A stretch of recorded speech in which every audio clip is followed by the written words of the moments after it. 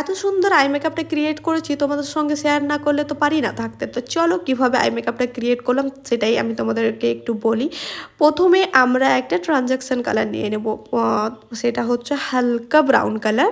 আর আমি খুব কঠিন কঠিন ভাষাতে বোঝাবো না, কঠিন ভাষাতে বোঝালে হয়তো তোমরা বুঝতে পারবে না, বা আমি কঠিন ভাষাতেও বোঝাতে পারি না, একদম ফ্রেন্ড হিসেবে তোমাদেরকে বোঝাই।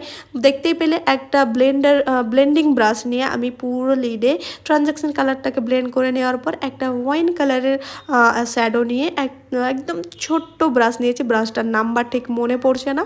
তারপর এখানে ক্রিজ লাইনটাকে আমরা ডিফাইন করব। ক্রিজ লাইন বুঝতে পারছো নিশ্চয়ই, তোমরা জানো, ছোট এখন তো অনেক মানুষই মেকআপ জানে, তো বেশি কিছু বোঝাতে হবে না আমাকে।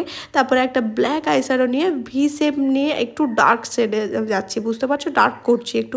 আমরা হচ্ছে লাইটার শেড থেকে ডার্কার শেডে যাচ্ছি, অনেকজন কি করে ডার্ক শেড থেকে লাইটার শেডে যেতে। তোমরা যেরকমটাই পারবে সেটাই করবে, দেখো বেশি ফলো করতে হবে না, তোমাদেরকে যেটা সহজ লাগে সেই রকমভাবেই করবে।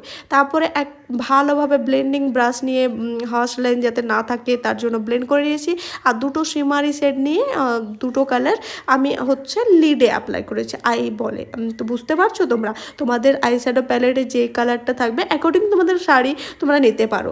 তো আর যারা লাইনার পরতে জানো না এখনও অবধি, আমার লাইনার পরানো ভিডিও অলরেডি আপলোডেড, তো তোমরা গিয়ে দেখতে পারো কিভাবে আইলাইনার পরা যায়। তো আই মেকআপটা কেমন হয়েছে অবশ্যই কিন্তু জানাবে, আর আমি তোমাদেরকে ঠিকভাবে বোঝাতে পেরেছি কি পারিনি সেটাও জানাবে। যদি না পারি নেক্সট টাইম থেকে আরও বেটার করার চেষ্টা করব। বুঝতেই পারছো নতুন নতুন তো একটু তো টাইম লাগবে। আর যদি ভালো লাগে লাইক করবে আর ফলো করে দেবে আমার পেজটাকে। বাই।